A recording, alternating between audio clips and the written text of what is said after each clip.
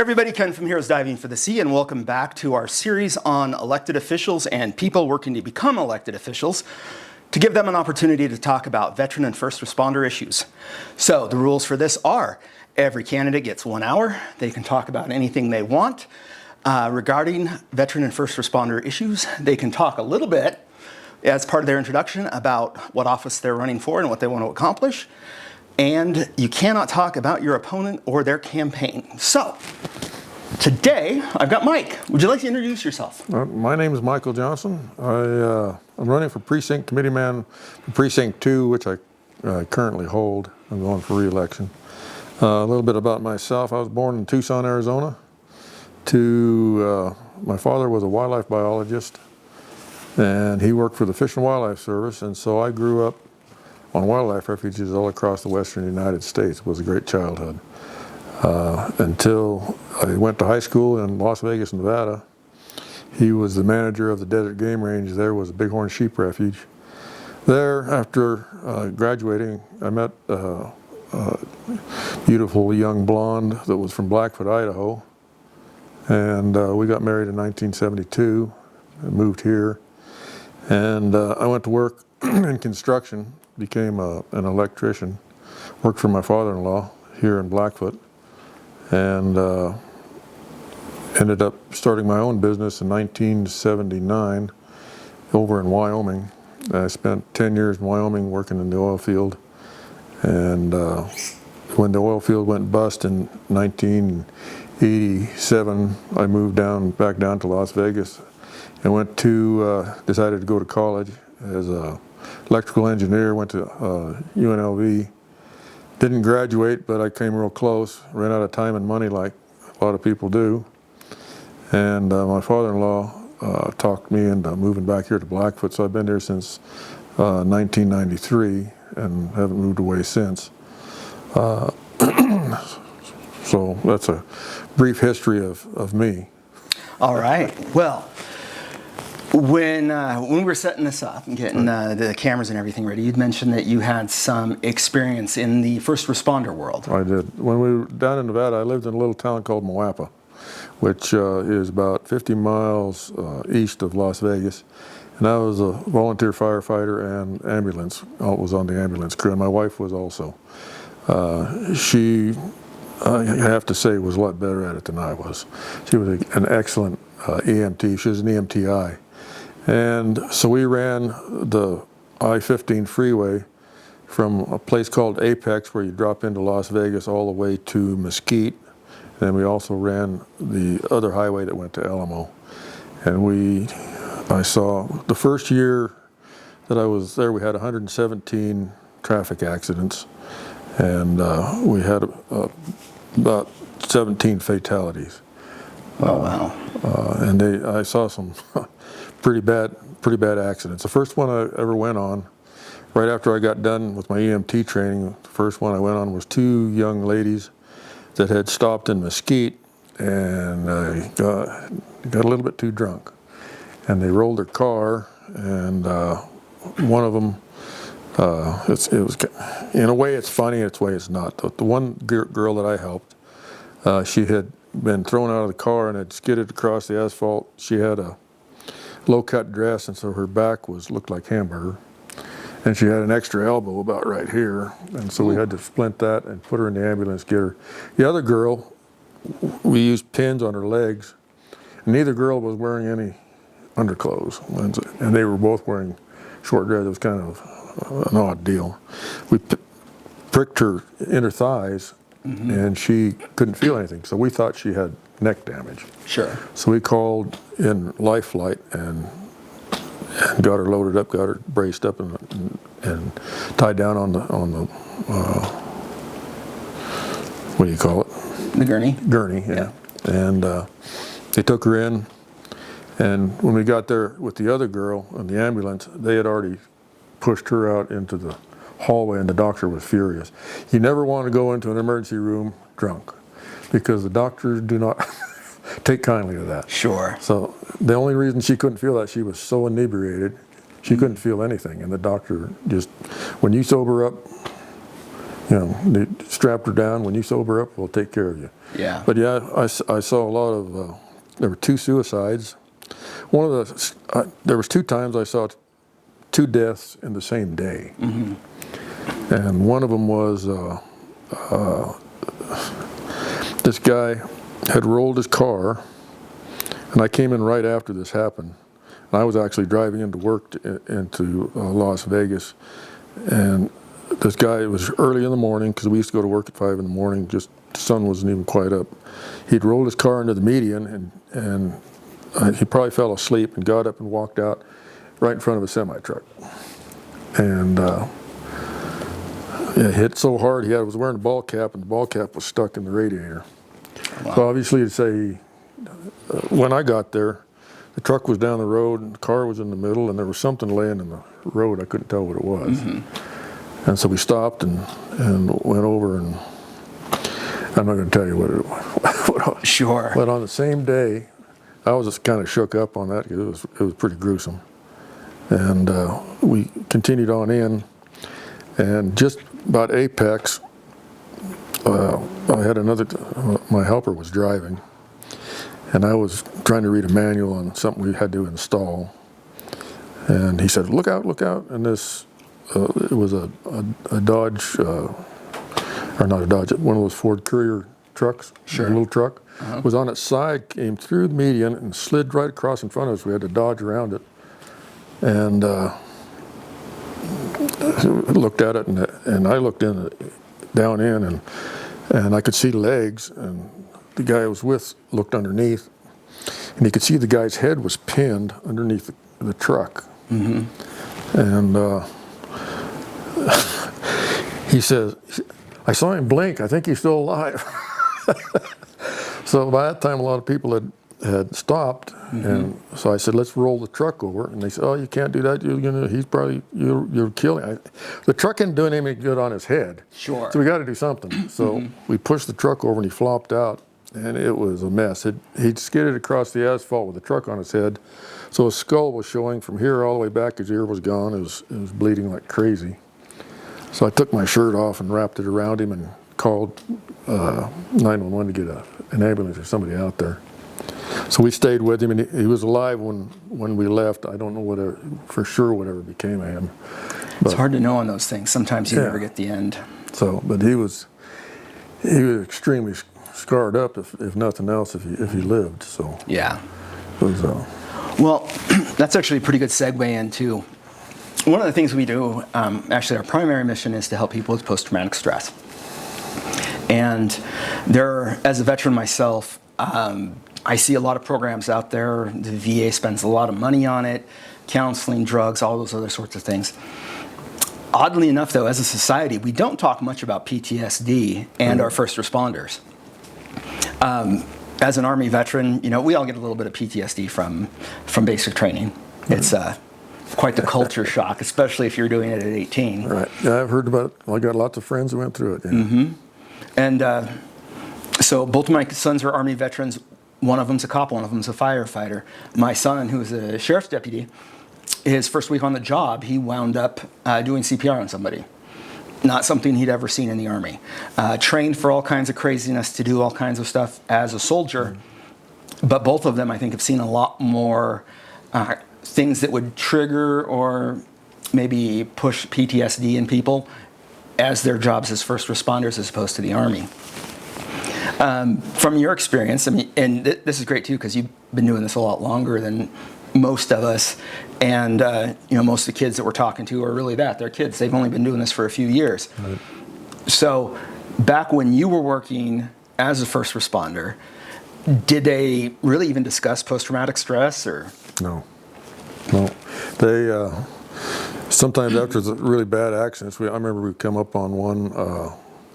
This was really kind of sad. It was 6 BYU students that had gone down to see a U2 concert, and they were going back home again, and the driver fell asleep, killed his girlfriend, his best friend, and his girlfriend, put the other 2 in the hospital, and they didn't have a scratch on him. Sure.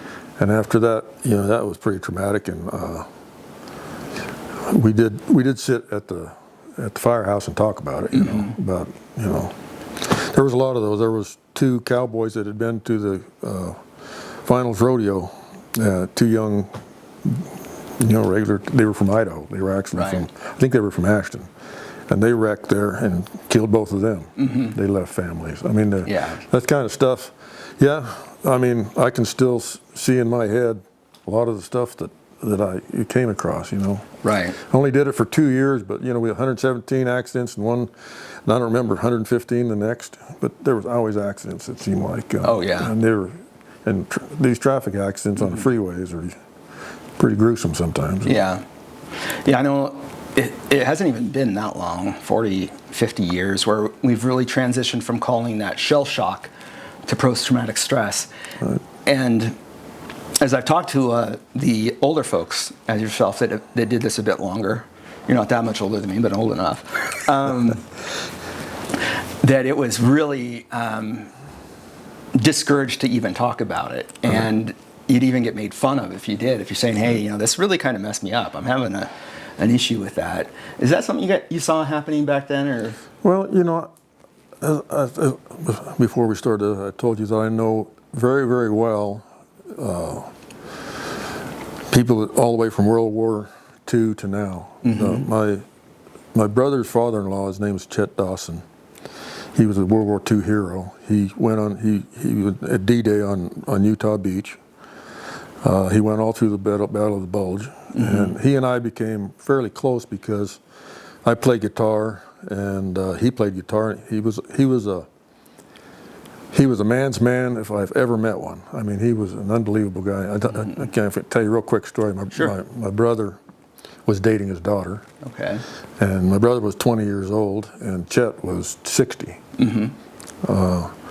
And so my brother's name's Roger. Roger ran in and said, "Come on, Chet, let's go for a run," because my brother was a bull rider, and he was always running, trying to stay in shape for riding bulls. And so Chet said, all right. So he went, took his cowboy boots off, put his tennis shoes on, and said, let's go. And there was a mile run in Vegas there around a bunch of blocks. And Roger said we were running along there, he was going to show this old man how to run.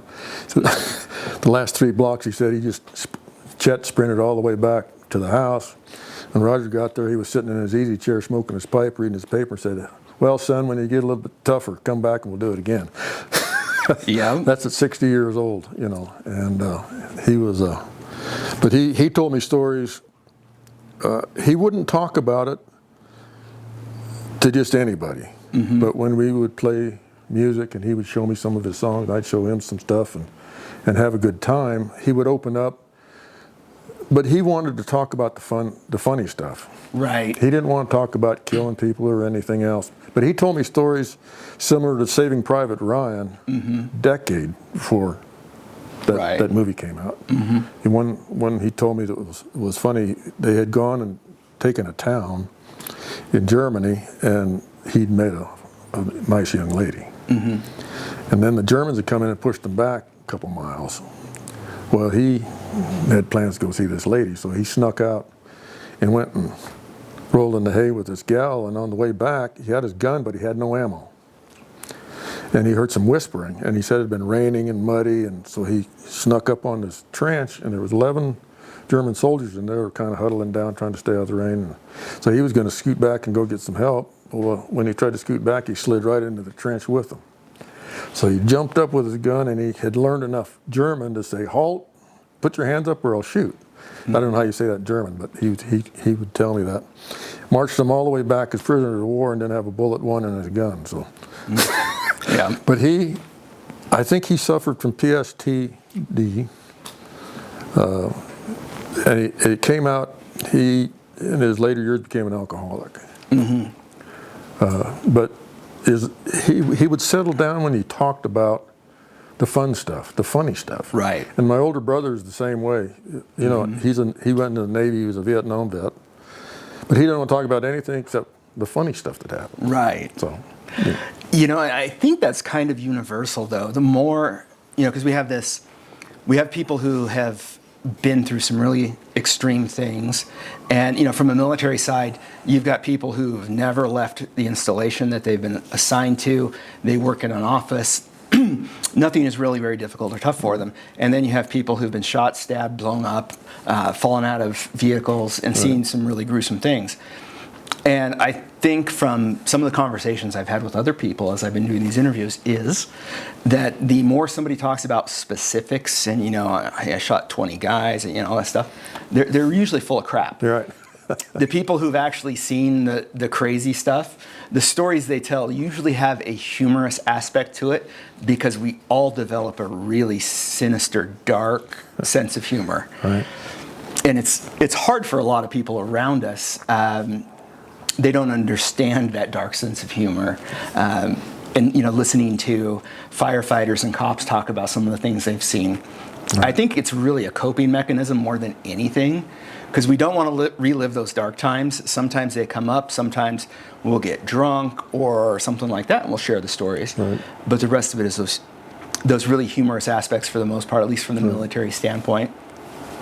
So from all the people you know, people you worked with, your family members in the military, did you see anybody who really struggled with, you know, emotional problems or flashbacks? Those are yeah, I had a really good friend. His name was Dick Alexander. He was from Blackfoot here. And I don't even know if he's still alive. He moved up to Coeur d'Alene. I was really good friends with him and his wife. We used to go deer hunting, and I'll never forget, we were elk hunting up on Mount Sawtell. Mm-hmm.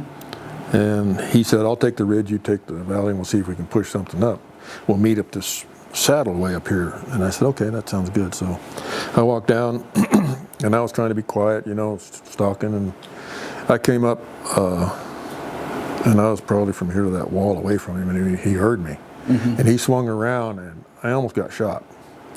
And he freaked out. He said, don't you ever frickin' sneak up on, wasn't sneaking up on you, you know. So from then on, I'd say, hey, Dick, I'm coming in. Yeah. But he had some really bad, he struggled really hard. And I'm not sure, he was a medic in Vietnam. Yeah. And yeah, he told me some stories. The worst one was, you know, well, he would wake up and strangling his wife, you know. Oh yeah, I've heard some of those. And she was sometimes terrified of him. Mm-hmm. But he told me one time they were pinned down by the Viet Cong, and everybody except him and his entire platoon was stoned out of their mind. Mm-hmm. They had gotten into I don't know whether it was opium or marijuana or something, but they were all, he didn't really say.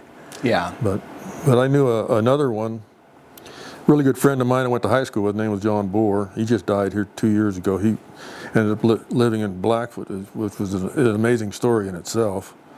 Last time I'd seen him, remember back during Vietnam, you could either get drafted, and I never got drafted because I graduated with honors out of high school, and they gave me an automatic college deferment. Sure. And which I don't know why, because I didn't have any money to go to college. But I had it anyway. So I never got drafted. But then when they had the lottery numbers, my number came up 265. So they were only taking up to, I think, 140 or something like that. Okay. And my two older brothers were 365. Mm-hmm. The very last one, so he was one of the ones who said, well, I'm going to go join if I'm not going to get drafted. Yeah. But this guy, John Bohr, he was a man's man. In high school, he was like the Fonz, I guess. You know, he used to have that black 55 Chevy he used to drive to school every day, and really, really a good guy and a tough guy. Right. And he went there. He was a gunner.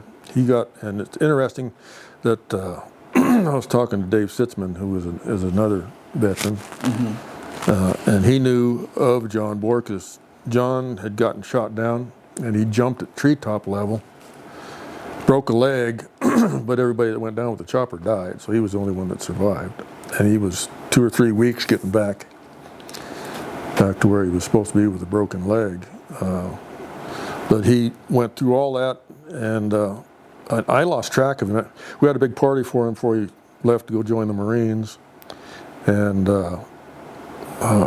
my daughter was a nurse. She was working at the clinic here. This has been about 10, 15 years ago. She called me up one day and she said, you'll never guess who I ran into. I said, I don't know. I can't possibly guess. She said, John Bohr. I said, you got to be kidding me, John Bohr. And ended up, he lived just up the street from me here in Blackfoot, and we almost neighbors. And so I went and saw him, and we rekindled that friendship. But he, what happened? He came back with all that. He had a couple of Purple Hearts, and he was decorated veteran. He was raising cutting horses, and somebody owed him some hay, money, but they said just go get some hay. Well, he went to get the hay, and the haystack fell down and knocked his head against the side of the trailer, and split his head wide open. He said he was brainwashed. They literally had to wash the hay out of his brain. Sure. And he'd lost an eye, and so he went through all that Vietnam, and then almost gets killed with a haystack. So. Man, and you never know what's going to happen. These weird things pop up. So, yeah, let's transition a little bit into. We'll talk about what a precinct committeeman is, and then let's talk about some of the things we can do from a political standpoint and from an elected official standpoint to help these guys out. So. You are a precinct committeeman right now. Right. Precinct committee man. What the precinct committee man's supposed to do is keep your precinct advised of what's going on politically. And I've kind of fallen down a little bit on that because with the committee that we have right now, we really haven't accomplished a whole lot. Okay. I've gone to the conventions, the summer convention and the winter convention, and we've had passed some resolutions to try to get some stuff passed to try and strengthen Idaho constitutionally. Right. And but the job of a precinct man is to represent your precinct. Yeah, now it's interesting the way it's working. I think this happens a lot in most areas, though, is you've got some people who are precinct committeemen who are they try and be involved, and that really, the precinct committeeman is kind of that lower level. Right. That's your grassroots where people start. And then we talk about the resolution meetings and stuff like that. Right. So you talk to the people in your district, right. And then when we, as a group, start to push forward resolutions for things to be passed by the Senate and the House, correct. We're supposed to be taking the wants and the desires of the people from our district and at least putting that forward so people know what they think. Correct. Okay. Yep. One of the problems we definitely have here in this area where we live, and I hear this story very regularly, is nobody even knows what a precinct committeeman is. They don't know what they do. Right. I've lived in the same spot since 2008, and until the last year and a half maybe, I didn't even have any clue who not only mine was or who it had been since I moved here. Right.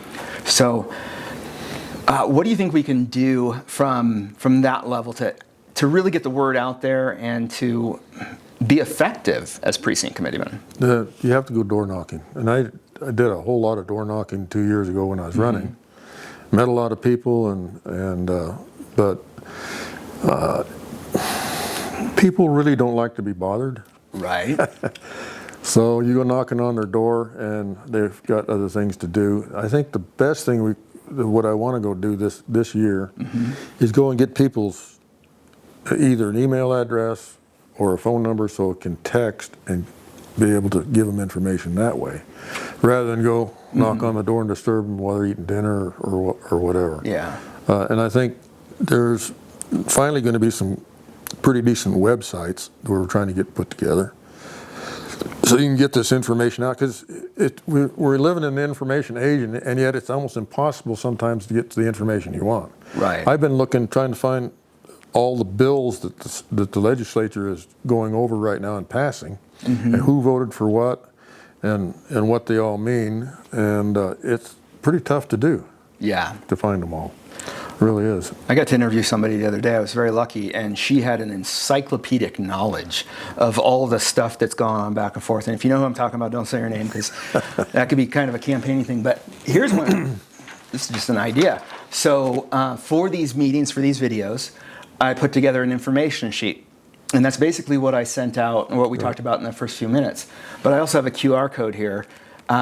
So it'll take you to my website. And what are your thoughts on doing something like this? Maybe just a single sheet, doing videos about the issues for your committee or for your precinct, and then just delivering the QR code to them. I think it'd be great, yeah.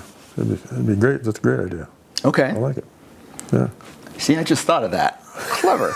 All right. So, again, in fairness, especially since I'm doing this for a nonprofit, Right.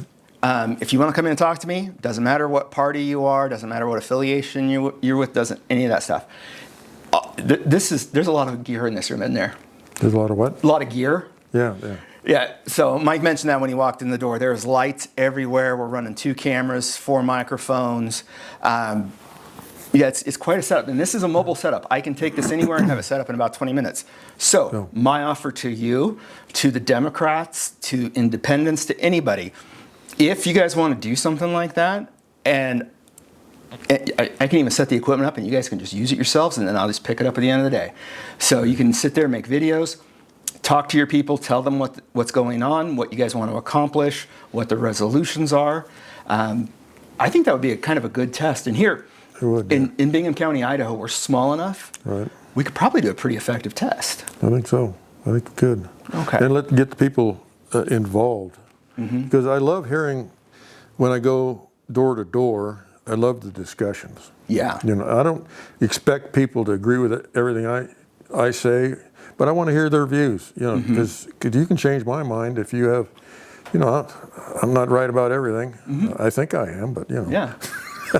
Well, and you could even set it up so, you know, there's meetings and different things where we can invite the public in. Right. So you could send out information to your district, they could look at your video, and then they have the information where the meetings are. And, you know, have it simple, like a one-click thing where you click on a button and it sends you a text or an email so it goes into your calendar.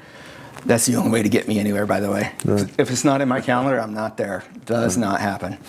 But, you know, I think that'd be a great way to get the word out there. Might as well take advantage to what we've got here. I agree. And then the face-to-face time, when you invite them out, for the people who want to be engaged can show up and be there.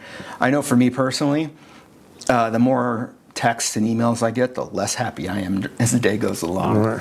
So that's one of my problems too, because I don't even really look. I look at text about once a week, and so unless somebody calls me up on the phone, if you want to get a hold of me, you have to call me. So I guess I'm old school. You know, I'm 72 years old, and texts are kind of new to me still. So. You wouldn't think it with all the stuff in here.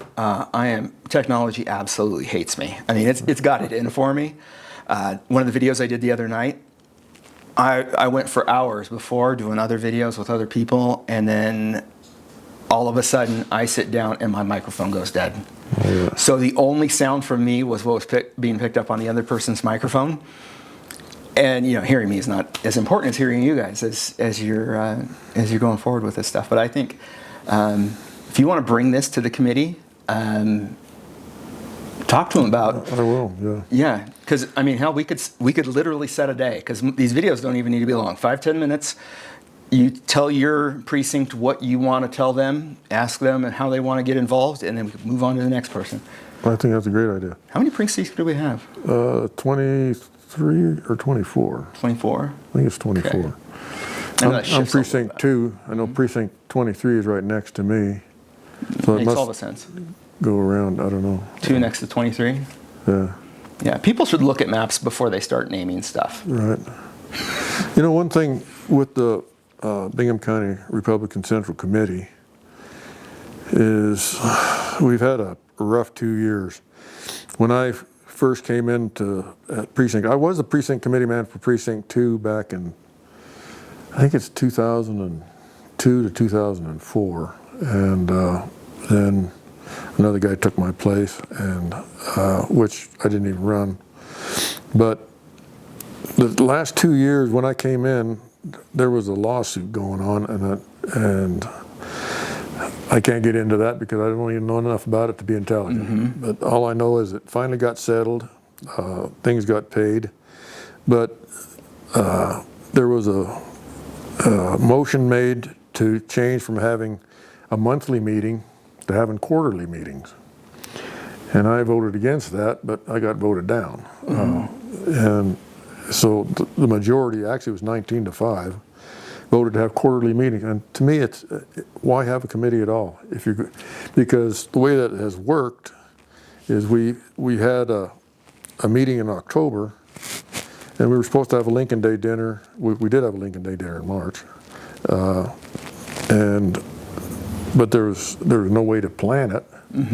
So we were supposed to have a meeting in January, but in January we didn't have enough to have a quorum, so they called the meeting off. So our next meeting was in April, so we had to have an emergency meeting. But the people, when everybody got together, there was no information about this Lincoln Day dinner because we hadn't had a meeting.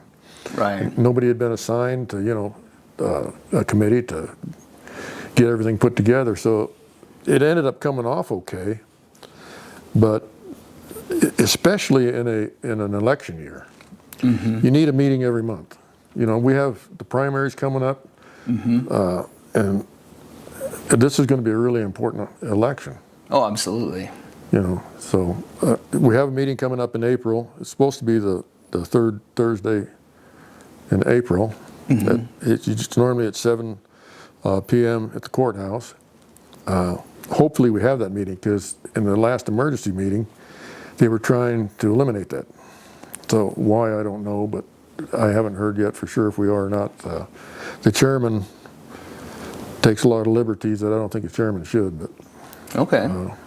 Well, do you think, as a group, not the individual committeeman, but the group overall, does a good job of disseminating information to you guys? No. Okay. No, that's one of the problems. They hold information tight to the vest. Okay. And our job as a committee is to represent the Republican Party and to get more Republicans involved into the party. Sure. And we're not doing that. And it's really frustrating to me. Yeah. Yeah. My political leanings, I don't advertise, especially when I'm doing stuff like this, but I think everybody has something useful to say at some point. I mean, Senator Fetterman, he's been one that surprised the heck out of me. Yeah. He's very reasonable and he's very straightforward. And the reason I say he surprised me was the stroke. I mean, right before the election, it's really impressive that he was able to pull things together, and he's a pretty good speaker these days. Yeah, and now he's done quite well, yeah. But regardless of party, and because you've got Republicans, Democrats, progressives, rhinos, just this broad spectrum. Right. You can learn something from everybody. So as Republicans, if Republicans are going and talking to the Democrats, and the Democrats are coming and talking to the Republicans, we're going to get a lot farther as a nation and as a community. Absolutely, I agree. And that's one of the main problems. There's not enough conversations. Right. Because you can, and I hate Facebook and all of these social media deals, because people say things that if you were face to face you would never say. Oh, absolutely. And if you just talk to somebody, I think it's really interesting, because I've been doing some traveling here lately, and sitting at an airport or sitting next to somebody on an airplane, and they'll be looking at their phone, and I say, hey, where are you from? And pretty strike up a conversation, and pretty soon they put the phone away and we're talking about all kinds of stuff. I met a real liberal New York lawyer sitting next to me in the airplane, and we had a great conversation. Right. And by the time he left, he was going to go buy a book that I had recommended that was going to teach him some stuff. So, and he taught me some stuff.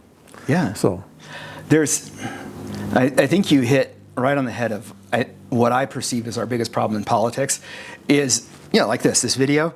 If I let people run and bash through on their opponents, they might say things that they wouldn't say in person. Right. With text, with YouTube, with Facebook, with all the other social media platforms, you definitely wouldn't say stuff like that to people face to face, because you get punched in the face. Right.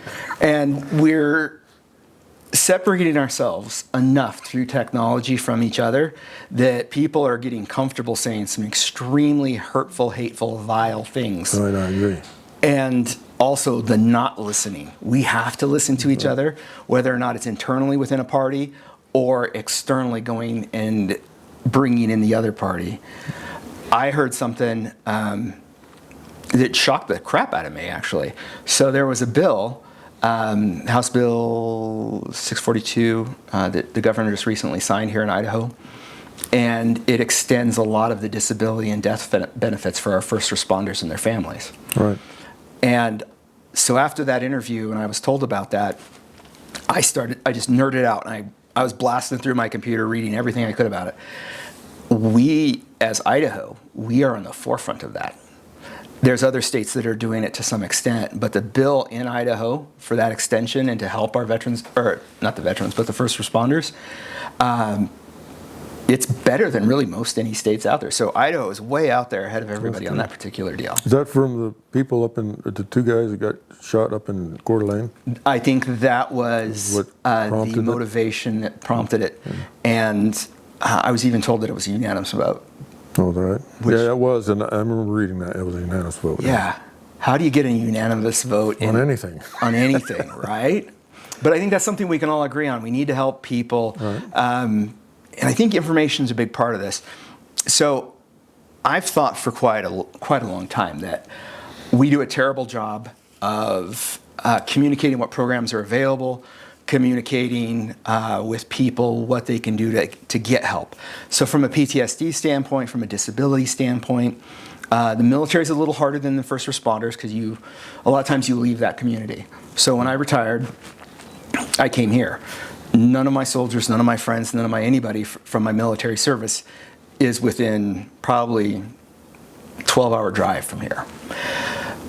The first responders, when they retire, when they leave, a lot of them stay in the community that they worked.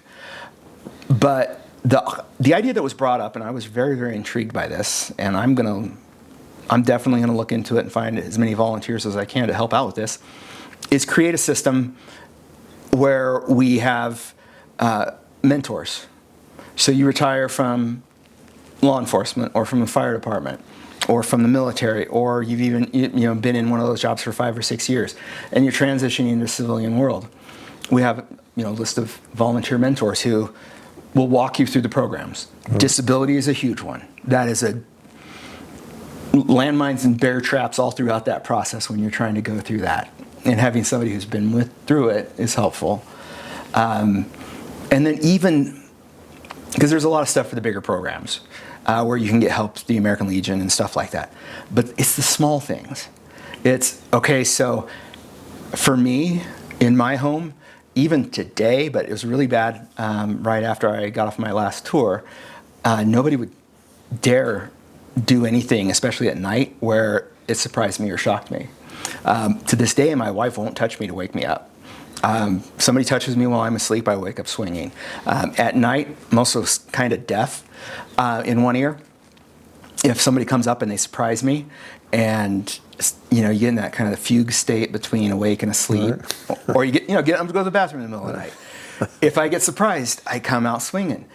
And I really wish that there was somebody or a few people that I could have talked to really go through some of that stuff, because you can hear the stories a little bit, but actually talking to somebody who's been through it, and maybe talking to their husband, their wife, whatever, to see how the family unit adapts to us when we come back with those issues. Yeah, maybe you could get together with, because I know quite a few veterans just right here in Blackfoot that have been through all that kind of stuff. Mm-hmm. Maybe organize some kind of a group where you could get together and talk about it. If nothing else, just tell the funny stories. So, right. And there are places where you can do that. I know, and I'm not going to throw the organization's names out there because I don't want to seem like I'm bagging on them. There's alcohol available. Right. And I gotta say, this is a group of humans, especially right at that transition point. We should not be drinking heavily. Right. And we should definitely not be drinking in a public forum. brawls. Right, yeah, it turns into a brawl there. Yeah, happens a lot. And then you get drunk, you come home and you yell at your family, stuff like that. So yeah, I would love to see something where there's not alcohol involved, at least in that portion of it. If you want to drink. I'm not, mommy. Right. But yeah. At least we get together and just BS. Yeah. Sometimes that's enough. Yeah. Yeah. I see that's, like I say, I had a young kid working for me. He was in the Gulf War, and I kind of mentored him when he got back. Put him to work in construction. We built some houses, and I worked him as an electrician. And he was going to go to school to become a lawyer. He ended up going to Boise State. Ended up becoming an electrical engineer instead. Mm-hmm. And now he lives back east, and we still correspond back and forth. Great kid. Turned out to be an ace #1 guy. I mean, yeah. But he was one of the guys that was helping pull the statue down in Baghdad. Okay. That's how involved he was. Mm-hmm. Sure. So he would tell me stories about that, but a great guy, Yeah. Well, one of the things we're facing right now is a plague of suicides. Yeah. It's been an interesting 2 weeks. I was linked up with a guy who I'm going to get on here, and that's going to be a really fun interview to talk about veterans issues. He's fighting cancer currently, but his military background is extraordinarily unique. Unique to the point that I had to verify his bona fides before I even tried to reach out, because it's, there's certain people, it's like, okay, yeah, we'll believe your war stories, but some people with the level that they are, you better make sure. And so this guy's totally legit, and he's fighting cancer. And then, so I'm talking to him and figuring out how we're going to do some of this stuff. Then we have one of our firefighters commit suicide here locally. Oh, really? And then today was brutal. A friend of mine, talking to him, he's very potentially has terminal cancer at this point. He was in remission, and that's rough. And then I was thinking about that on the way home, and like, how can I help? And there's, you feel there's some of those things there's really nothing you can do. Right. And so I'm like, okay, I'm starting to feel better about everything, and then I get a call, another suicide. Really? It wasn't local for us here, but it was somebody that I knew, and I knew very, very well. And what do you think causes that? I mean, I have a hard time with that one. Yeah. So, from my perspective, I've dealt with a lot of suicides over the last couple of years. One of my friends, actually our foundation's administrator, she lost her husband to suicide, and I've just seen a lot of them.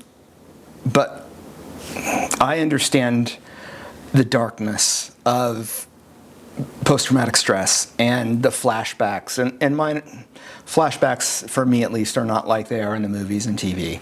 It's very, very different. But what I don't understand is suicide. And people think I'm crazy when I say this. I've never had a suicidal thought in my life, not once. I mean, I've been up on a tall building, looked down, and if I was going to kill myself, that would be interesting. But not, I'm suicidal, right. I'm ready to do it. So when I hear these stories and I talk to people, I certainly understand the angle that they're coming from. I understand, again, that darkness and the feeling that you may be alone. But I don't understand the suicide part of that. And what I'm hoping for someday is to find somebody who can really relay that in clear, spoken, easy to understand terms for everybody, what it is that this is like, and because there's survivors just like cancer when it comes to suicide. There's some people who are there, they're on the edge, they come out of it. A lot of times, from my understanding as well, as the people who are thinking about it but wind up not doing it, they change their path because they think somebody cares. Somebody goes up to them and says, hey, if I walked up to you and you seemed depressed and I said, "Hey, Mike, are you okay? Are you thinking about killing yourself?" Would that make you want to commit suicide?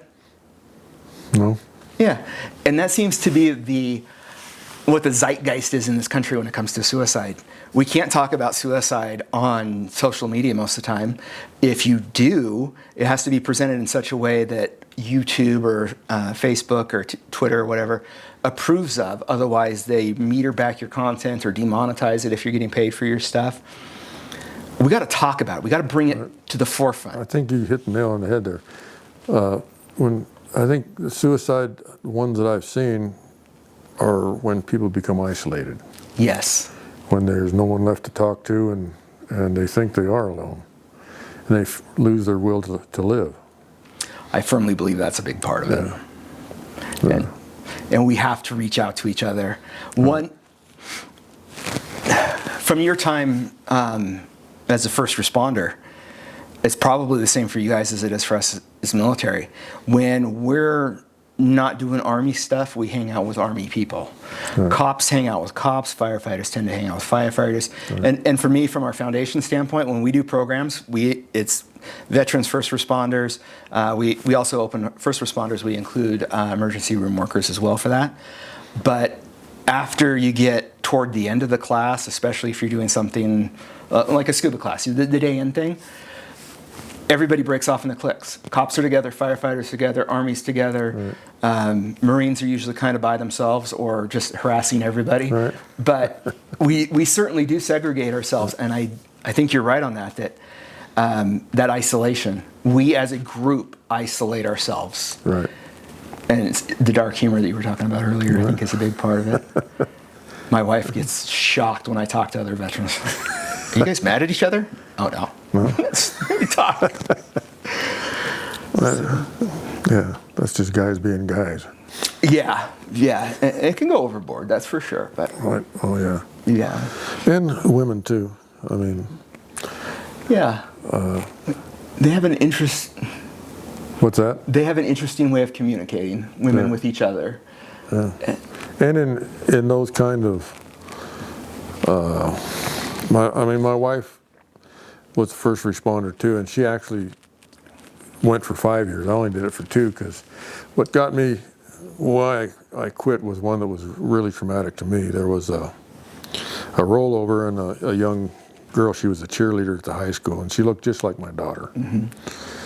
And they were driving this little pickup that the front seat wasn't even bolted in. And anyway, she got rolled over, and we got her back, got life flight there and sent her in. But after that, I was like, I don't know if I can do this anymore. Yeah. And but my wife went ahead and did it, and she, I think she had a few that really still to this day bother her. Yeah. You know, so I can see where. My brother-in-law, her brother, was the assistant fire chief in Las Vegas. Mm-hmm.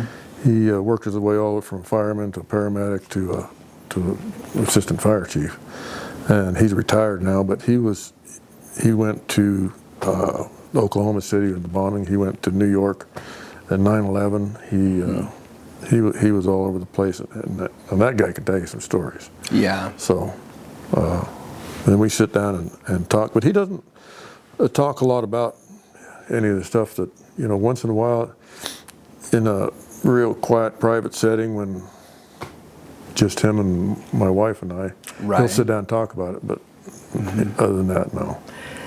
Yeah, no, from my perspective, I usually talk about the humorous stuff or the really gruesome stuff. Right. That is so gruesome it might be humorous to some people, or shocking, I don't know. Right. But and this is weird because I'm one of those soldiers that I was actually in combat where things are blowing up to that extent, and seeing the stuff that I've seen over my career, the thing that gets me, the thing that wakes me up at night when I wake up with nightmares, because they can be severe enough to certainly get me to be sitting up out of bed, kind of severe nightmares. It's a kid that wasn't a soldier. I had nothing to do with it. Nobody under my command had anything to do with it. This kid pulled a pot of boiling goat milk onto himself. and was just covered, massive blisters all over his body. And we were out working, and the family brought him up and just covered. You can see the rags and everything were all bloody. And the only way that child was going to survive was for me to take him onto the United States military installation, our forward operating base.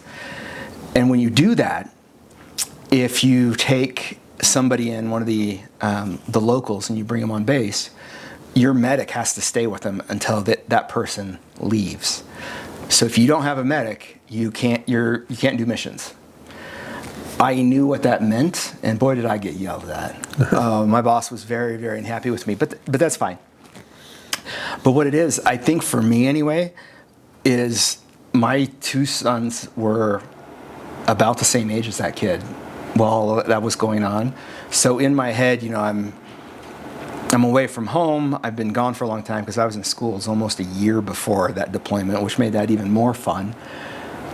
So I think I was linking that kid and his trauma to, oh my gosh, what if that was my kid? And I see that a lot with our veterans and first responders, and it sounds like kind of from what you're saying there too, is you never know what it is. Right. You could see 10,000 horrifying, gruesome things, and then that one thing, for whatever reason, pushes you over the edge.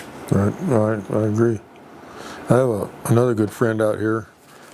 I won't say his name because he probably won't want me to, but he was in Vietnam. He was, he wasn't a pilot, but he was the navigator. Mm-hmm. And the one thing that he said wakes him up the same way is they were dropping napalm. And they went low enough where there was a kid there, a Viet Cong, but he was just a young kid. You could still see his eyes. He could see what was coming. Mm-hmm. And to this day, he said he could still see those eyes.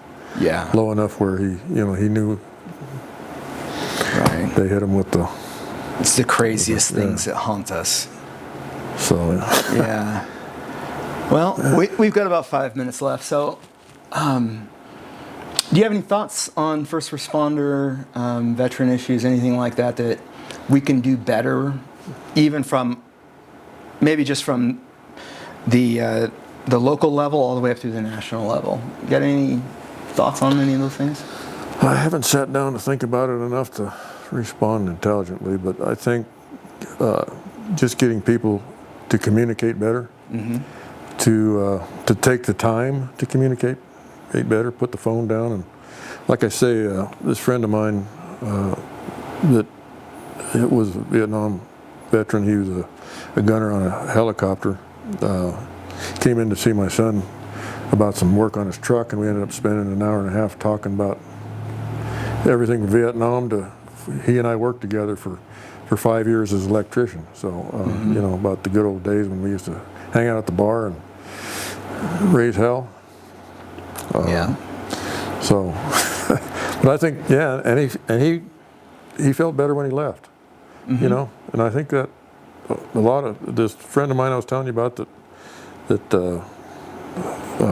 got brainwashed because he got hit by a haystack. When we reconnected, and mm-hmm. and he told me all the stuff that happened since the last time I saw him when he had a going away party to go join the Marines, and I think he was a lot better off. Yeah. That kind of communication, just reaching out and talking to people, mm-hmm. to where you don't feel isolated. I think that's the biggest thing you can do. Yeah. And I think that's on all of us. Absolutely. It's when you know somebody, mm-hmm. And you know that they've been, go just talk to them. Just be a friend. Yeah. So sometimes that's all it takes when it comes to suicide, when it comes to so many things.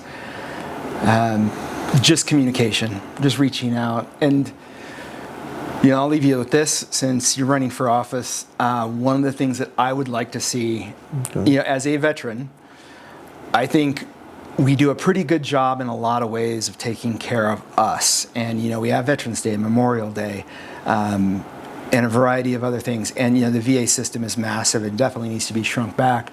But there is a lot of support for us. Whether people choose to use it or not, that's a different story.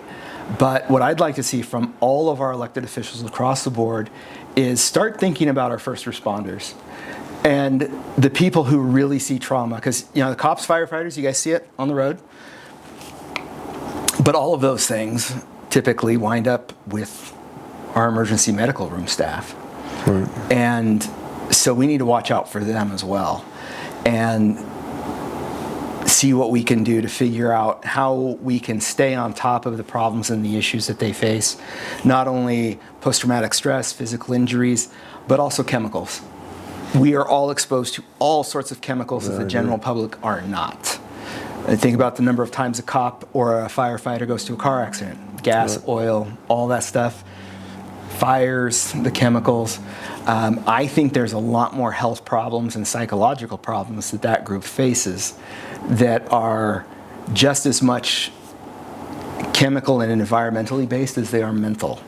So anyway, that's what I'm challenging everybody to do on a political level, is see what we can do. We got to do a better job. I agree, and I'll do everything I can. I know you will. I appreciate that. Okay, so give you the last word on anything you want to say or share. Well, if you elect me again for Precinct 2, I'll try to do a better job, and we're going to try and get better communication to everybody out there. All right. Okay, we'll see you in the next video. Be safe, have fun, and for God's sake, look out for each other. That's right.